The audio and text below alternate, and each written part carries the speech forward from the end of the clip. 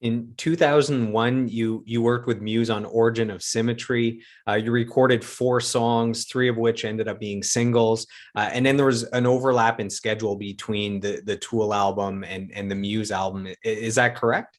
Well, I mean, there was a little bit, but it was as much as anything that they were on tour. Oh, So they came in a time frame where they were in the midst of a tour. So we went to a studio, recorded those songs, and then they went back out on tour again. So okay. there was two conflicts. Got it. So there's a question sent in here from Serge Menard. He asks, given this was so early in Muse's career, what was your greatest challenge making a 3-piece sound so good? It seems normal at this point of their career, but that album, although not their first, really set that standard for great sounding 3-piece. I worked with sort of smaller bands before. I think it's just a matter of like the musical ideas that Matt Bellamy would have, and the sort of fullness of the tone of both the drums and Chris on the bass, the way that they filled out that area, that you can get a big sound from a 3-piece. As long as, I mean, they're not dissimilar to the way Rush works, right? They're able to fill out sounds with different, bigger parts or more like added things that they can play live, because they don't usually play the track too much. Like Rush never plays, very rarely where it plays to any track, maybe the odd like Subdivision's vocal or something like that, but other than that, they're able to create this because they have great musical ideas that cover all the spaces, and you don't feel unsatisfied. So yeah, we worked very hard to develop like interesting parts and interesting approaches to things, so that it didn't feel like an empty sound.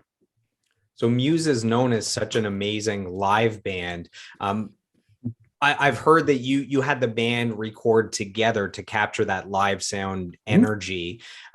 Is that true? And how do you keep the sounds separated when recording, if everyone's recording together? Are they in separate Isolation rooms? booths. Isolation Yeah, booths. isolation booths. And nowadays it's a lot easier, because you can really utilize, for recording purposes, you can record DI for a lot of, and then reamp things. So you can get a lot of isolation. It's great when bands can play together. I only do it though with bands that are really great at playing together. Otherwise, younger bands are often really not as experienced.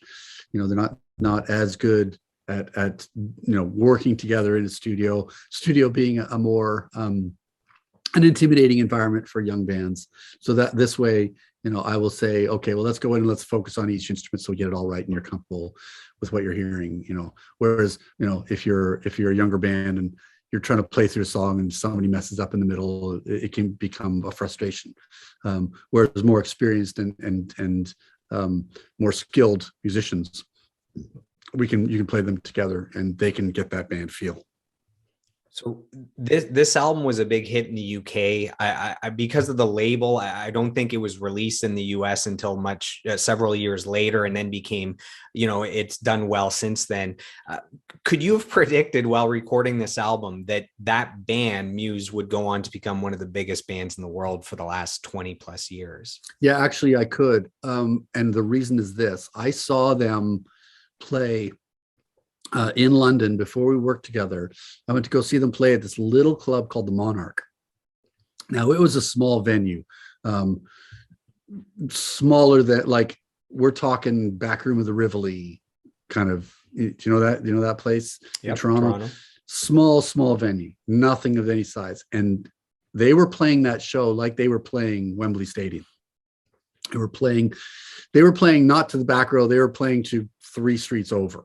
Right. And I asked Matt about that afterwards. I said, wow, you guys are really, you put on this big show. He's like, I'm aiming for this big show. It's like, if I don't play it now, I'll never be able to play it. So I'm going for this. And he was driven as a musician and as an artist. So I knew that either it was going to be huge or die catastrophically, one of the two.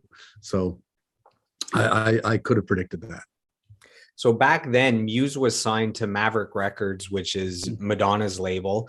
And this is rumor has it that when you guys completed the album, that they weren't happy with how much falsetto that Matt was singing, and they wanted him to go back and somehow change the melodies so he wasn't singing so high. The band refused. They got dropped. That's why it's only out in the UK. They signed with a new label.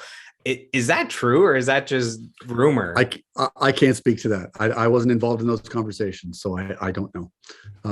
That is fair. I mean, I think the problem was that at the time they were being compared quite heavily to Radiohead, which I mean, I don't think is really fair because they're really not the same kind of band.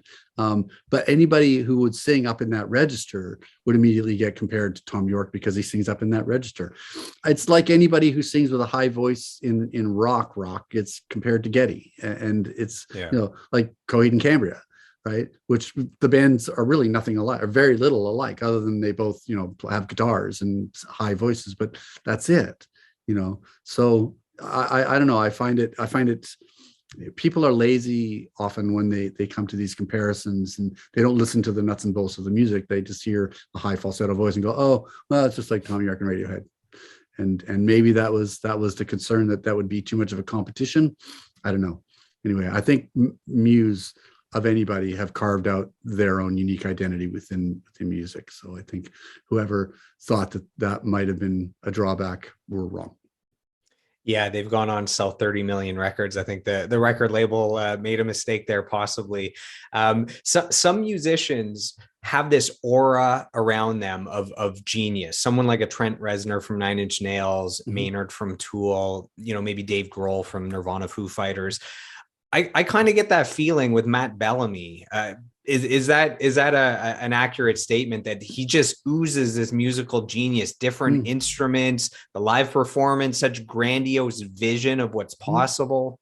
Yeah, I agree. I think a big part of my role during the recording was to make sure that Matt would complete one idea before he went on to the four others that he had within the process of overdubbing one part. So, it was really to keep him, it was really as much as anything to keep him focused, to finish the job in one. It's like we would be in the middle of a guitar overdub and he'd be like, oh, I want to do this thing on the world, so hang on. So it would be plugged in. Yeah, okay, we'll play that. And I'm like, okay, get that idea down. Now let's go back. Let's finish this guitar, and then we'll go over there. And then in the middle of that, he'd be like, oh, but I want to do this.